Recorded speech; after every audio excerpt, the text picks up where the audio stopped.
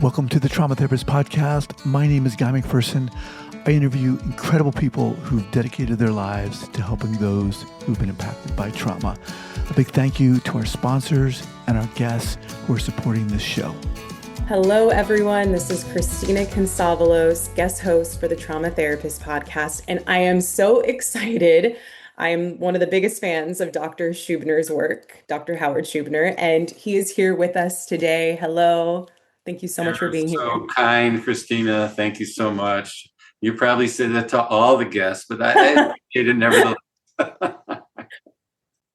To be fair, I am very excited for everyone I bring on, but I wouldn't get to say that I'm their biggest fan. I've been following your work for quite a long time, even in my own journey with chronic pain and chronic illness, and it's been extraordinarily helpful and supportive, and now gets to be for the lovely folks, patients, clients I work with today.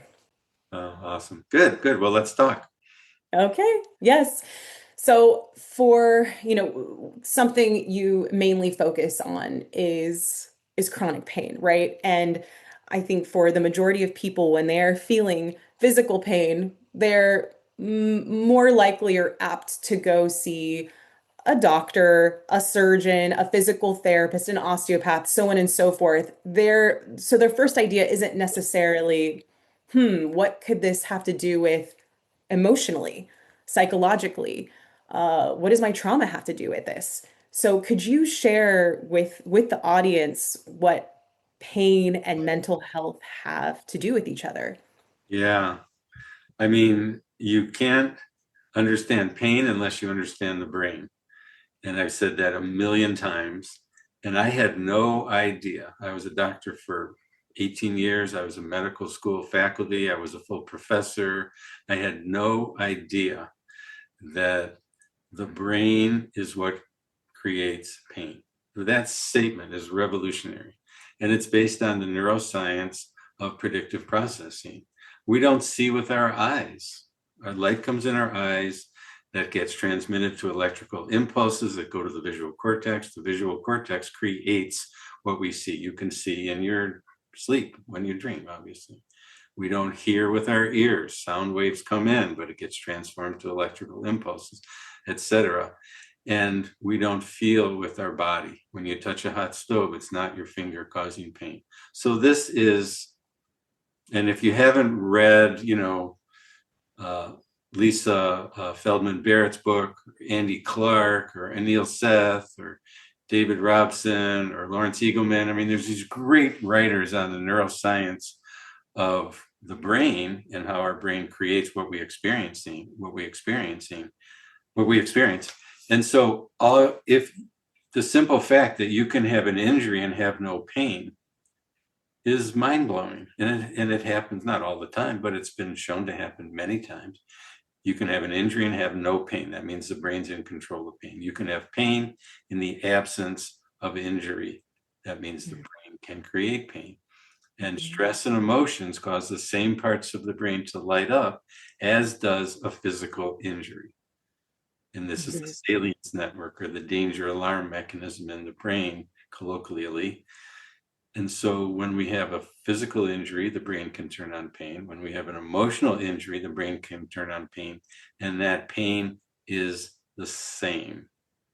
It's all real. It's not in people's heads. It's not fake. It's not imaginary. It's not their fault. And the main message, as you just pointed out at the top, is we shouldn't assume. We should just investigate. We shouldn't assume when you have pain. You shouldn't assume that there's something wrong with the body. You shouldn't assume that it's neuroplastic or brain generated pain without damage in the body. You should investigate and sort it out. That's the whole thing right there. I mean, that's mind-blowing. And it's not just pain, right? Yeah. We treat anxiety, depression, OCD, PTSD, chronic fatigue syndrome, tinnitus, dizziness, a whole range of things that can be, not always, but can be biomedically structurally based, or can be what I would call neuroplastic. Yeah. And sometimes it's both, right? And one exacerbates the other.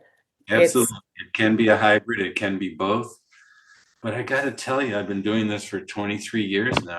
When I started, I had no idea how much of pain or these other syndromes might be brain generated, might be purely neuroplastic.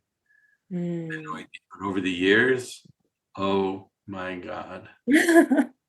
Oh my God. But every person deserves a very specific, careful, detailed investigation, medical workup to make sure. I mean, if you have anxiety, maybe you have hyperthyroidism, if you have depression, maybe you have a low testosterone level, I mean, there's obviously medical conditions that can cause any painful or fatigue or, any syndromes.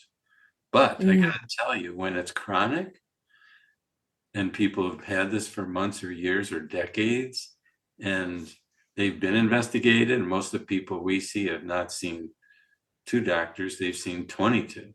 They haven't seen 2 physical therapists, they've seen 12. They haven't, they've seen acupuncturists and massage therapists and Reiki practitioners and alternative practitioners. So, it's just mind-blowing.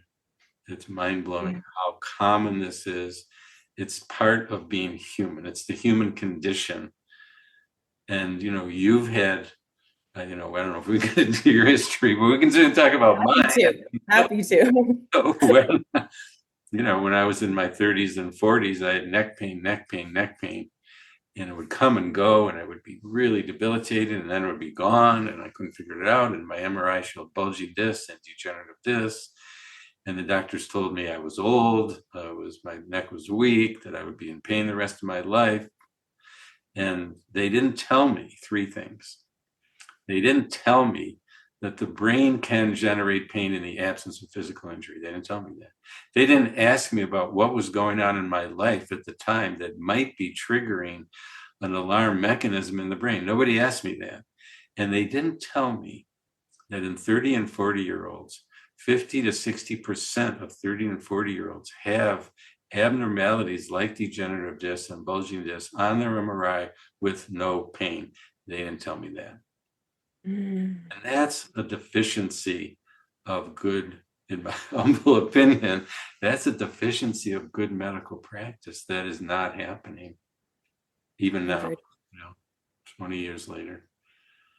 100%. And, I'm curious what led you to this path to then, heal and work on yourself and then help others do the same. And then I'm happy to share Yeah. what my path has looked like and how I actually came across you. Yeah, I mean, I had no idea that that was in my 30s and 40s.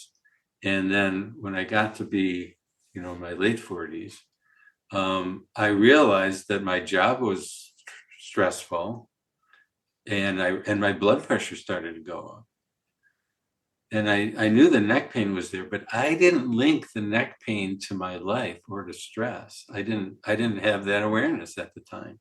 But I saw my blood pressure was high. And I said, and I linked that to stress. And so I took a mindfulness meditation course from John Kabat-Zinn and Saki Santorelli. And it was mind-blowing and mind-opening and amazing. And that changed my life. My blood pressure went down. My neck pain went away. I started teaching mindfulness. And as I started teaching mindfulness, that kind of moved me in a direction of the mind and the body.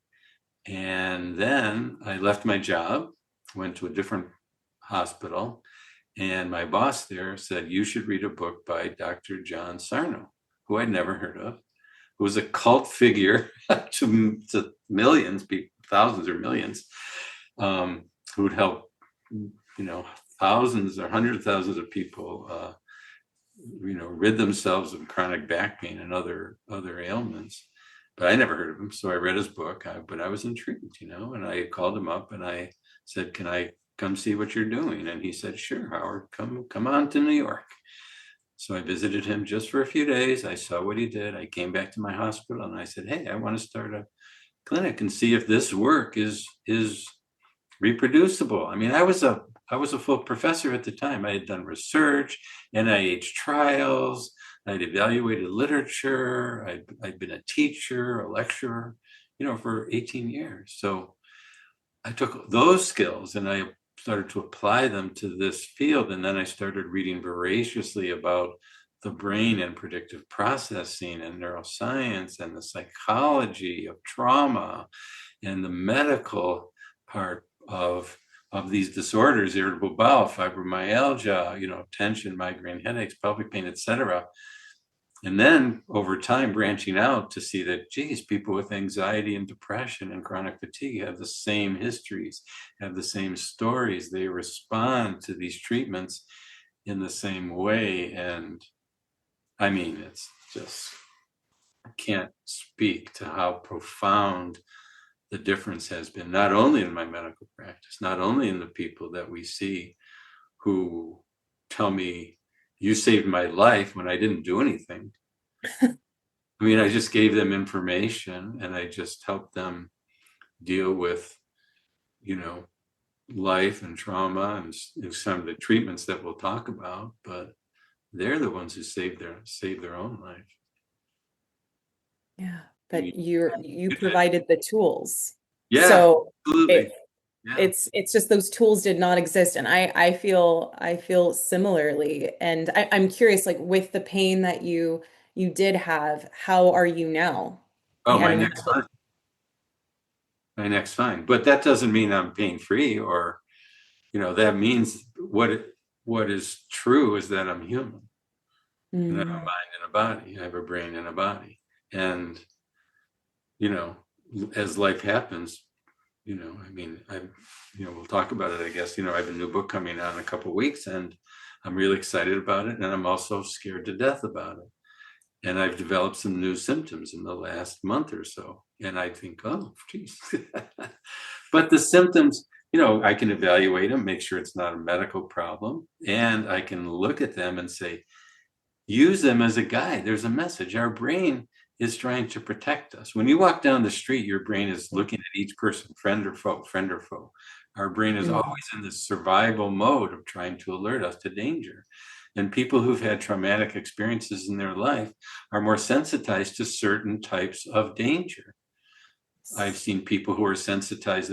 They open a cold door, the refrigerator section or freezer section of a grocery store and start getting symptoms, which was linked back to something in their childhood that had to do with their mom and cold. I mean, this is how we are. Everyone has their own stories, their own histories, and their brain remembers their life and their emotions and their trauma, and yeah. it can come out later in life. Yeah, yeah. Our brains are just trying to protect us. That reptilian brain of ours, right? The limbic system, all it cares about is getting us to safety. It does not care about our happiness or our well-being or our joy. It just wants us to be safe, even at the expense of those things. And I feel it to be the snowball effect, especially for those of us with chronic pain, with various chronic illnesses with sensitivities. The sensitivities become more and more profound. Our brain starts to really track them all over. I mean, I couldn't walk through the grocery store, especially the cleaning section of the grocery store, without having a horrific migraine or needing perhaps to use my inhaler or even my EpiPen. It was just getting worse and worse and worse. And it's so interesting, but the thing to remember is we can heal. We can heal that. We can Yeah, I get mean, ourselves out of one of the that. first one of the first women I saw was a woman with 17 years of headache. Mm, Severe headache every day. She'd been to 3 major headache clinics who did all the medications, all the injections. No one could help her. But what could I do? Well, I could talk to her. I can listen. mm, I can mm.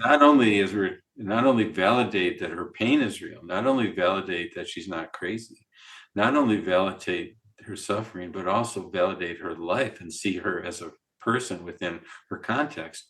And her story was amazingly straightforward. Her parents were fine, except that her dad was unpredictable. Sometimes he'd come home and be in a rage. and be yelling, screaming, grabbing people, shaking people, like horrible, and scared the heck out of this little girl, right? But she grew up. She described her childhood as fine, if you would ask her. And she got headaches in her 30s. And the day she got headaches was the day she got a new pair of glasses. And that was just a trigger for her brain to give her a warning signal, because when I asked her what was going on in your life at that time, she said she had a new boss who was unpredictable, just as he was kind and happy and fine most of the time, but he would go into these rages for no reason. He would debase people, belittle people, yell at people. And that scared her danger signal in her brain and triggered a message, a warning that something was wrong. But it wasn't in English, it was in pain. And then the neural circuits for pain became entrenched and reinforced, because every time she got the pain, she was recoil and fear it and be angry with it and focus on it. And it started to consume her. And those neural circuits became more and more reinforced on autopilot. And people develop these conditioned responses that are very profound, like we were talking about with cold as a conditioned response. And so when she understood that that was the cause of her pain, and that it wasn't the damage in her brain or her head or whatever, and she could look at the sensations differently, appraise them differently as basically not dangerous, as harmless in a sense. I mean, they're incredibly uncomfortable, but she's not damaged or broken. She could start to rewire the neural circuits in her brain, and then she could do the emotional work to of her emotions, long held underlying emotions of anger and maybe guilt and sadness and lack of self-compassion that people need to do in terms of trauma work. And her in a couple months she was pain-free. It was amazing. Well, I love stories like that. It's so important for those who are especially in the thick of it to hear stories of that kind with success, because right, so often, and I think this goes for you too, and you kind of touched upon this, the folks I see, they've already seen sometimes 50 plus doctors, practitioners for their various symptoms, and without relief, right? They're not asking about the environmental factors. What kind of relationship are you in? Is it healthy? How does, is there respect in the home? What kind of stress is literally on your shoulders, on your neck, on your body, in your body? What kind of work do you do? I mean, the environment is such an important piece, because it can also, on top of the stress, trigger something from the past, and then we see it layer onto itself. Yeah, So when doctors aren't addressing this, people who've been hurt, people who've been criticized, people who've been betrayed, abandoned, et cetera, et cetera, et cetera. Whether it's, ACEs or non-ACEs, it's all part of what our brain remembers. They learn to adapt to that. They learn to be perfectionistic. They learn to not rock the boat. They learn to put themselves last sometimes. They learn to not stand up for themselves, not be counted. They learn to never get angry. They learn to always say yes and never say no. I saw a woman the other day who had pelvic pain, and she had endometriosis on her MRI of her belly, and so she was offered surgery. But they didn't tell her that some women would have endometriosis without pain. Not all. Some people need surgery for endometriosis, but it can be there and not cause any pain. So how would you know, right? How would you know? Well, you investigate. You look at what's going on in your life. And so one day she had this big rise. So she was in that middle zone, not knowing.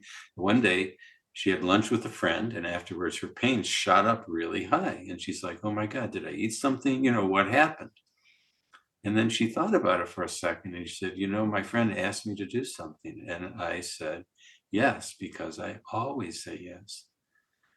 And I never say no. But in this particular instance, I had this urge to say no. I really wanted to say no, but I didn't.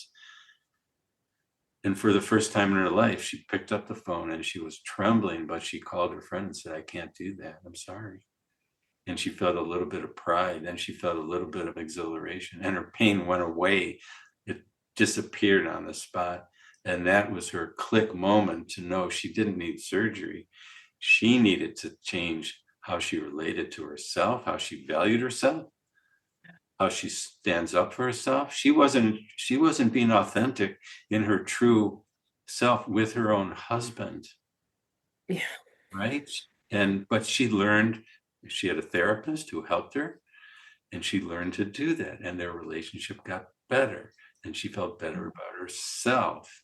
And that was the catalyst in her for turning the pain off, because the pain was a message from her brain looking out Yeah. for her, trying to protect her, Yeah. trying to help her pain. Stop abandoning yourself.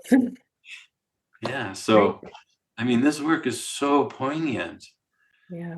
It's so poignant. And women have higher rates of pain, anxiety, depression, and fatigue. Women have higher rates.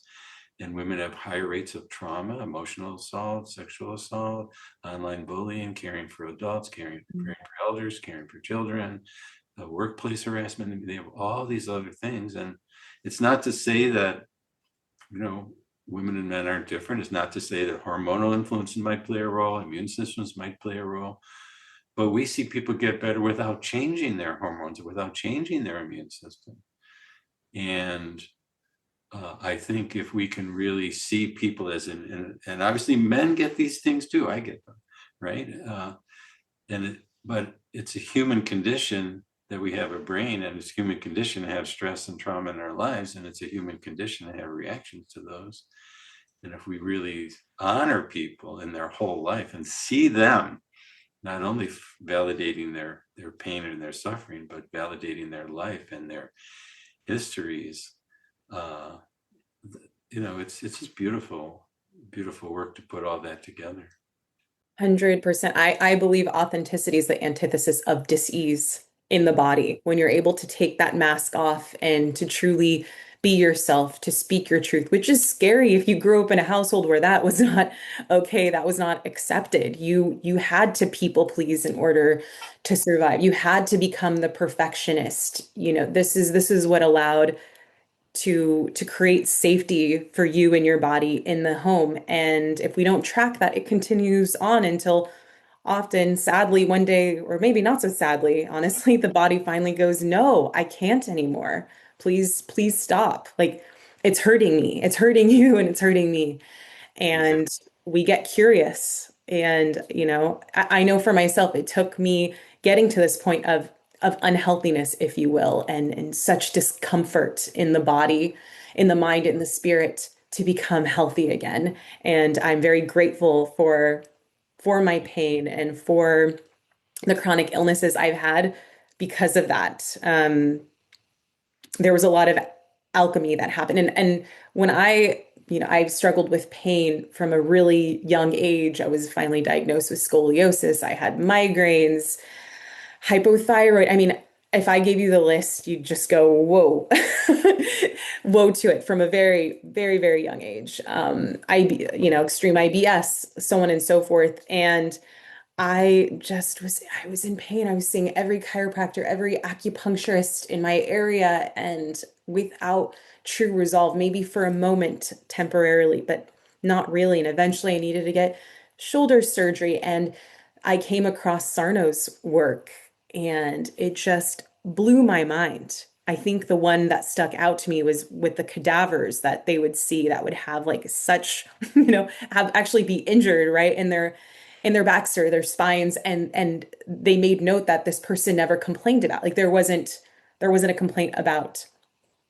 pain, and yet they had injury to the body. So when I truly understood that it was starting in my brain, that in and of itself, and this sounds like such an exaggeration, but it's not, reduced my pain to about 80% when that clicked, that part clicked. However, Sarno's work didn't quite give me the information on how to, okay, what do I do with this? How do I understand it, intellectually get it, but how do I do this work? And it was when I came across your book by a physical therapist who had recommended it to me, like, oh, if you like Sarna, wait until you see and read Schubiner's work. And yeah, I came across Heal Your Pain and I completed the workbook. And, these were questions that no doctor and no therapist, frankly, or psychologist I had worked with at that point had ever asked. These are questions they had not asked me. It was all CBT, which is what it is. It's what most of us are trained in.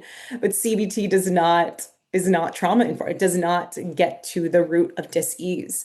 And to be able to understand what and how, like how my past had affected me to this point, and how what I was experiencing was essentially a reflection of what I had experienced throughout my life. I mean, it was again, just mind blowing, and it freed me. And now you have your new book coming out, and I'm so thrilled. And I mentioned this before we started. I mean, I pretty much have everyone I work with uh, get your workbook, especially those with chronic pain. I recommend it to everyone, but especially those with chronic pain, because they get to work on it and bring it back to me in sessions, and we can explore further and go in deeper. I call it irrigation work. Um, First, we do the neural retraining to get them out of fight or flight. That's an important piece. And then we start getting in deeper to irrigate. But I'm curious, like, tell us about your new book. How is it different from your Yeah. your previous work? Well, it's different. It's the same because it has the same name, and this is very confusing. But it's called Unlearn Your Pain. That's because the publishers wanted that. This is the first book that I've written by a major publisher, so that's why it's So it's really more general, more for the broad public. It's not a workbook, which actually people seem to appreciate. So I'm going to have the old book is called the Unlearn Your Pain Workbook now. And the new book is called Unlearn Your Pain, The Science of Recovering from Chronic Pain, Fatigue, Anxiety, and Depression. And so it's much broader. There's a whole lot of sections on the brain, predictive processing, and how the brain works, placebo, nocebo effects. It's really deep into that. There's all these sections on all the medical parts of it, back pain, anxiety, depression, myths about anxiety and depression and antidepressants, and the fact that antidepressants are no more effective than placebo. I mean, that's in there. The fact that the back pain studies with the MRI that I talked about earlier, that's all in there. Irritable bowel, migraine headaches, OCD, PTSD, chronic fatigue, POTS, ME/CFS, MCAS, mast cell activation syndrome, Ehlers-Danlos syndrome, all the emerging conditions that people are being plagued with. And I would just try to break those down. There's over 800 medical references. So anyway, and then there's a whole treatment section. And so the bottom line is we're just trying to help people, first look at the importance of a medical workup, importance of medical assessment, making sure there's no significant severe biomedical cancer, fracture, infection, etc. Then understanding how the brain works. And then there's a section on pain reprocessing therapy, emotional awareness and expression therapy, and helping people change what they need to do in their life, the three main therapeutic interventions. And we've studied all those in randomized controlled trials. So there's very few, there's not a lot of trauma therapies that have been studied in randomized controlled trials.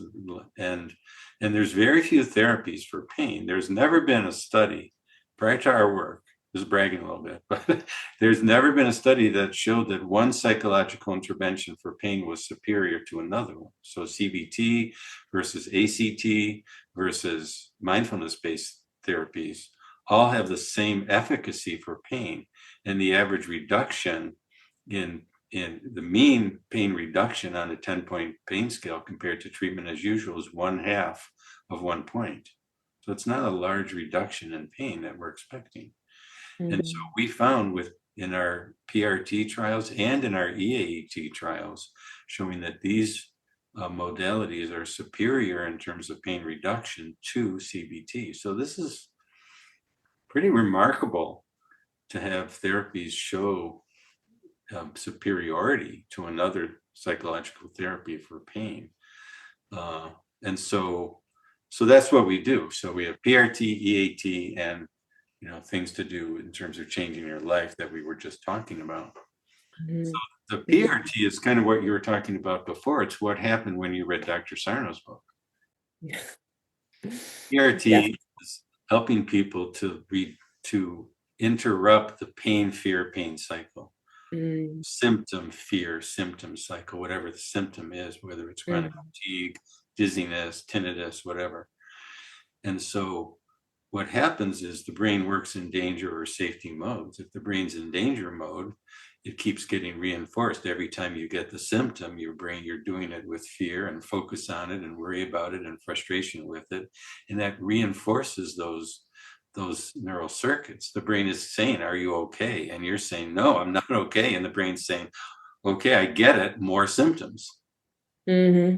So it's living in that state of danger in relation to the symptoms. But when you shift the brain to a place of safety in relation to the symptoms, you're now training yourself to experience those symptoms with less fear and focus and frustration and worry. You're training yourself to experience those symptoms with curiosity, like mindfulness. You're experiencing them with interest and wonder and less fear and more. You're trying to start to live your life by walking or sitting or looking at computer screens with empowerment and even joy, if you can, and a smile, to really train the neural circuits toward this, seeing those as safe, because neurons that fire together wire together. So you're changing neuronal pathways by doing that pain reprocessing work. And it's sometimes all that people need. It's sometimes dramatically effective. And people have known that for years when they read Dr. Sarno's books, and they got better just by reading the dang book. Yeah. That's pain reprocessing, changing the brain in relation to the symptom. Well, I think that information too, right? I like to say fear and curiosity cannot coexist. So bringing that curiosity piece with the tools, with the information, and going, wait a second, perhaps this isn't just something physical. Maybe there's more to this. I've been to so many doctors, and they've ruled all of these things out. What else? Perhaps it is something else that's cropping up, and that curiosity allows for freedom. It allows for space and expansion, and for freedom. It allows for that, I call it like the sacred pause, that Yeah. versus right away going to worst case scenario, catastrophizing. What could this be? Maybe I need to get to the ER immediately. That's where I used to go so often with my various chronic illnesses, because they would be really scary at times. So that piece is really so vital, so important. But I think it leads to the next modality, right? Exactly. Because the PRT doesn't work for everybody. Yeah. Number one. Number two, it requires you to see the sensations, the symptoms, whether it's anxiety, depression, fatigue, pain, to see them as neuroplastic so that you can be less concerned or worried about them, in the sense, because they're not actually structural. That's important part of PRT. The other therapy is emotional awareness and expression therapy, EAET, that Mark Lumley and I developed. And Mark Lumley is a brilliant psychologist, professor at Wayne State University in Detroit, where I'm from. And together, we put this model together for a grant where we had an NIH-funded study for fibromyalgia.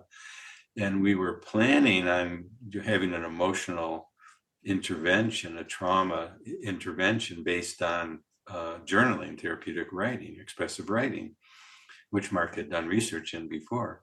But prior to the study getting off the ground, we became aware of intensive short-term dynamic psychotherapy as taught by Dr. Allan Abbass at Dalhousie University in Halifax, Nova Scotia.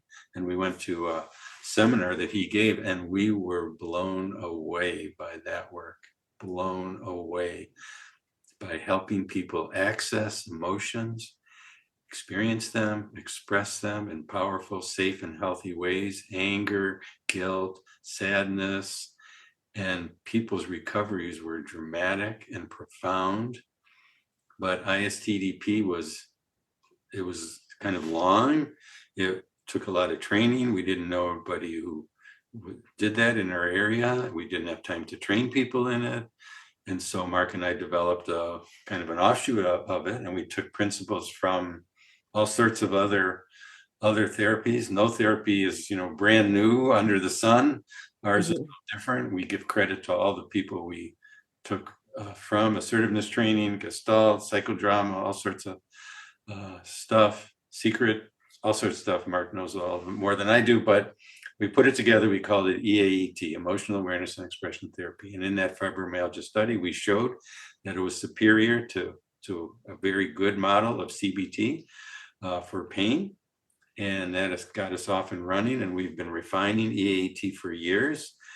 Since then, this is, that paper was published in 2017, and we've got several other trials showing that with EAT. And the basis of EAT is, so 3 years ago, I'd been in my hospital for 20 years, and they had a financial crisis, and they had a meeting with me one day out of the blue saying, Howard, we love you, we love your work, but we can't afford you.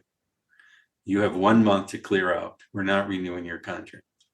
What doctor loses their job after 20 years in this hospital? What doctor, And I was just like getting punched in the stomach with that, right? And I started getting back pain. And they said, don't take it personally. It's not personal. We love you. It's like, great. Well, you're kicking me to the curb. So I started getting back pain. So I started doing pain reprocessing therapy because I knew I hadn't injured my back. So I started telling myself I'm safe, I'm okay. I kept moving my back. I kept telling myself I was fine and trying to experience my back with joy. And that didn't work. And 3 weeks later, I'm still in bad back pain, and I'm in my car. And I've been telling people, hey, the hospital let me go. Isn't that funny? And they say, oh, yeah, everyone loses jobs. It's no big deal. And I wasn't addressing any of the emotional component of it. So I'm in my car and I realize it's not funny. It's not effing funny. And I started swearing. I started accessing my anger, my deep anger. And if you hold anger in, it's toxic to you. It causes symptoms. If you let anger out in the real world and violence, you go to jail. It's not good for people. It's not good for relationships. It's not good on the internet. But expressing anger in a safe and healthy imaginary way is very therapeutic. So I started screaming in my car alone. And I was screaming, yelling, swearing about the hospital, the doctors, the back pain industry, the insurance companies that don't pay people to talk to people, and how everything is incentivized for surgery and injections. And I was screaming and swearing. And I imagined blowing up the hospital with TNT like in a cartoon. I just let all that anger up and out, and then I could let it go. We do this kind of treatment going back to childhood. We do it like people like they do in IFS and other somatic experiencing, other therapies. We do that to help people go back to their childhood and help their child express longstanding and deep anger, to get that up and out instead of keeping it down and in. And then I went to the hurt and the sadness. EAT is about it. It's about anger. Anger is there as a healthy response to protect us. Sadness is there as a healthy response to help people connect to ourselves, to connect to others. And then I went to the sadness and the hurt of getting kicked aside. And I allowed myself to shed a tear. I allowed myself to feel the sadness, and I turned that sadness into compassion for myself. And it reminded me of other sadnesses that I'd had in my life. And when you turn sadness into compassion for yourself, you really care about yourself. Then I was able to say to the hospital, you know what, I forgive you. You guys put up with me for 20 years. I never made any money. And in fact, them letting me go was the best thing that ever happened to me in retrospect, it turned out. but I was able to forgive them. And either you forgive people or you pity them or you just set boundaries and walk away, whatever is the appropriate response. But I was able to put kind of a closure to that, and the back pain disappeared on the spot. And so this type of emotion-based therapy, we've shown in randomized trials works. It's effective for people with trauma. We've treated people with, one of the stories in my book is a story about a woman who had severe back pain. And when she went back to her childhood, she had been sexually assaulted with her back against a ping pong table where the pain was. She had never put that together, but in her retelling and memory reconsolidation of that story, she was able to, in this imagination, create new emotional memories by kicking the person off, by beating them up, by doing whatever she wanted to them, by calling the police and getting them in jail and taking that little girl to safety, healing, and peace. And the back pain went away. Doing that exercise, the back pain disappeared on the spot. So, it's amazing work, really connecting trauma and effective trauma. And we're not the only trauma therapy, I don't claim that, but connecting effective trauma therapy to chronic pain, to anxiety, depression, to fatigue, all these things that are most commonly neuroplastic. Yeah. It's all at the end of the day, it is all connected. Regardless. And, I tell people that inner child does not grow up. It's within us forever. We And carry often that child with we're us all we're the time. babushka dolls. We're babushka dolls. That's what I say. I mean, that's the best way I can see it. And, Yeah. our healed self, often we become the person our inner child wishes they had, right? That could save them, that could take them away, that could call the police, that could run away with them, whatever it is. Yeah. I think everyone needs to be their own mom or their own dad. Everyone needs to be their own loving parent to themselves. Oftentimes the parent they didn't have or didn't quite have, etc. I saw a guy it came up that he was angry at his mom for something. And so as we started this work, he started to get angry toward his mom, and his headache went from a 5 to a 9. His headache skyrocketed. Oh, my head. And he started pounding on his legs. Right. So as he was beginning to touch this anger toward his mom, this tremendous guilt seeped in. And the guilt was causing him to beat up himself. That's symbolic. And his pain to go wild. And so I stopped and I said, you can love somebody, you can love your mom and still have anger toward her. Every parent knows they can love their kids and be angry at them. I mean, right? And all we're doing is helping you to allow that anger to be expressed, not because you want to hate your mom, but because you want to love her. And if you can express that anger in a safe and healthy way and let it go, and express it anytime you need to in a safe and healthy way and let it go, and then move toward caring feelings toward yourself and caring feelings toward your mom, your relationship will actually get better. And maybe you'll be able to talk with her about things in a civil way and use healthy communication to deal with issues that come up, instead of just being angry, just trying to love her and being angry at her at the same time and having headaches. That's not working. Yeah, exactly. And I think sometimes we have this idea that these two things cannot coexist. I can't be mad or angry or sad about towards this person, and not love them at the same time. Actually, one allows for the other. It's creating space for both. And our parents did the best that they could with the knowledge, information, wisdom, lived experience they had. And perhaps it was not enough for what we needed. Both things can be true.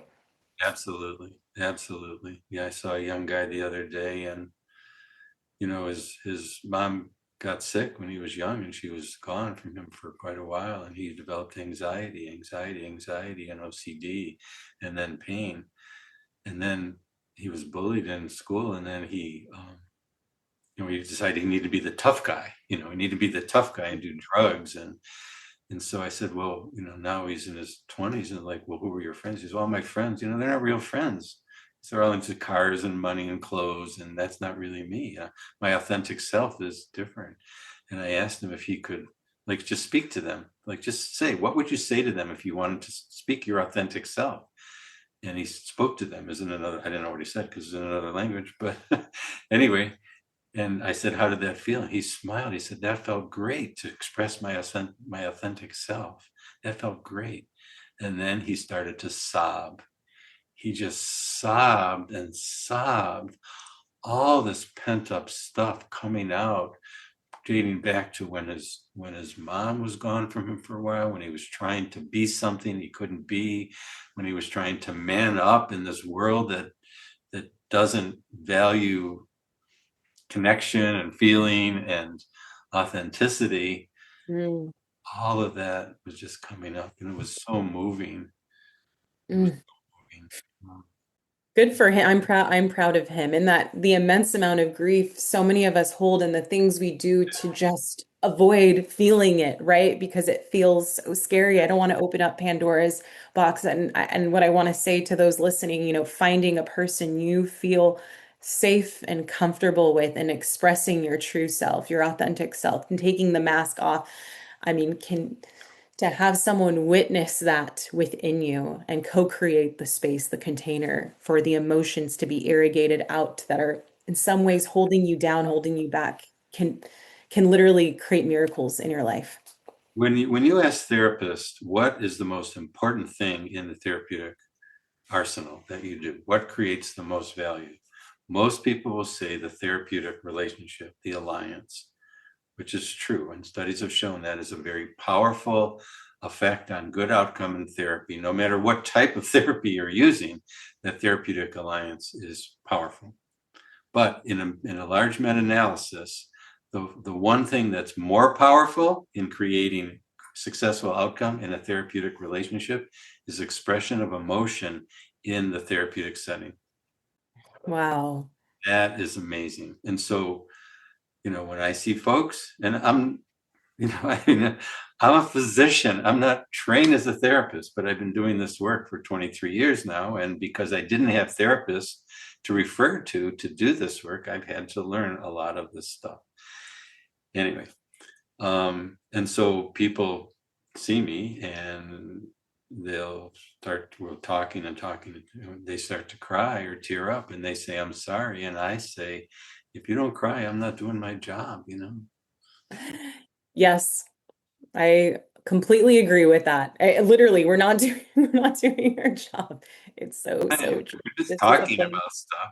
This is, I don't call it a safe space. I call it a courageous space because you are accessing some very vulnerable parts of yourself, and in front of a person. And, thank you to all who are doing this work on both sides of the couch, so to speak. You're changing lives within Yeah. yourself and others. And for those, the book comes out the 26th of Oh May, man. Yeah. which amazing. And for therapists who are, probably interested and curious, how do I get into this work? How do I get trained? Where do I start? Where can they go? Well, we have a nonprofit. It's called the Association for the Treatment of Neuroplastic Symptoms. The website is symptomatic.me. So that's a great place to start because all resources are focused there. My website is unlearnyourpain.com, and I've got a section on training. So there's all the different, not all, but a lot of the different trainings that are available in pain reprocessing therapy, in emotional awareness and expression therapy, uh, and everything kind of mind body that's in our world. And so I think those two places are great places to start to get all the books that people have written are there, training programs. It's all there. We have an annual conference where people can come. It's the most fun conference you've ever been to. I guarantee it. I know I've been wanting to go. I've missed it the past few years. One of these years I'll make it. I can't wait. Yeah. Anyway, Uh, so yeah, Thank you so much, Christina. It's really a pleasure talking with you and kind of, bringing this work that's been at the center of my career for a long time a little bit more into the open. I'm excited about it. This work, obviously, I'm fearful of it because sometimes people misinterpret it as when you talk about mind body or neuroplasticity, they start to think you're saying it's all in my head. You're not validating me. You're not really seeing me. And I think what we're really doing is seeing, yes, your symptoms, everything that you have, but also your whole life and who you are inside as a real person, what kind of stresses and traumas have you had, and putting that all together into a model and a therapeutic model that not only makes sense, but has hope for reversibility. I completely agree. And it's such an integrative approach. And I would argue the practitioners on, again, personal and professional level, the practitioners who aren't asking you these questions are not seeing you and are not wholly validating you. I would I would argue myself. And if you're listening, you deserve to go to a provider who sees all parts of yourself and helps you connect the dots from the past, the present, and the future. You Yeah. deserve to feel better. Yeah, I mean, And it's, we've run across a lot of therapists who felt they don't want to go into people's trauma. They think it might be too triggering. They don't want to ask. They don't, and in a sense, they're showing their own fear of dealing with deep and powerful emotions. And if we're afraid of dealing with deep and powerful emotions, then we're going to transmit that fear to our clients. Also, being afraid. Um, PTSD is all sensations are generated in the brain. All sensations are generated in the brain. PTSD is generated in the brain. And that means that if it's generated in the brain, it's through neural circuits. Neural circuits can change. Memories are always changing. We can change emotional memories. So there's hope for people. And I think that's the message that we really want to leave people with. yeah.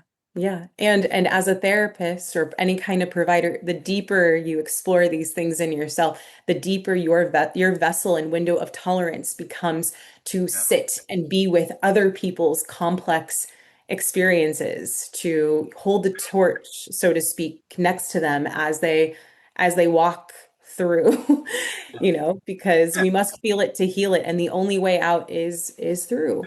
Yeah, not be afraid of people's anger. People have deep anger, and Yes. that's normal. It's a normal part. It's not normal to be angry in the world and create violence. But that doesn't happen with this treatment. What happens is the anger comes up and out in a safe and healthy way. That Yeah. is so powerful. The It's grief. sacred. I call it sacred anger. That's how I call it. And we have this idea that anger is not an ethical emotion because we tie it to violence so often. It doesn't need to be. You can express it in a way that still allows it to leave the body, but without harming you or anyone else. We just haven't been given the tools or the resources to learn how to do it. So that's why most of us have just Yeah, packed it inside. So I yeah. thank you so much for offering people the tools and the resources for that. And I mean, if there's anything, is there anything else you'd like to say, like as a closing statement to our audience, to anyone listening or watching? To me, this work is all about compassion. It's all about compassion. If we don't have caring and kindness and compassion for our clients, if they don't know we love them, why would they listen to us?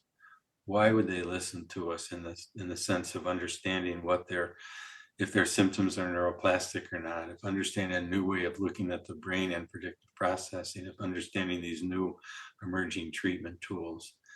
And modeling that compassion for them is critical in helping them develop compassion for themselves, because people who've been hurt, been betrayed, abandoned, often have a hard time being compassionate for themselves.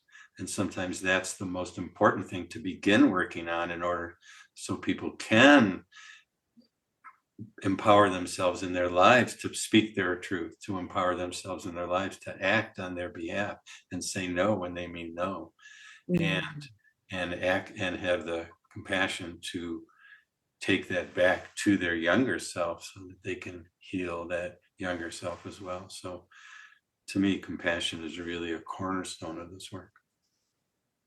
I would wholeheartedly agree with that. And thank you so much for your time, for your wisdom, and shout out to Guy McPherson for allowing me to co-host wonderful people like you. And I hope everyone got something out of this. I know I sure did. Thanks so much, Christina. It's a pleasure. Thank you. Take care, everyone.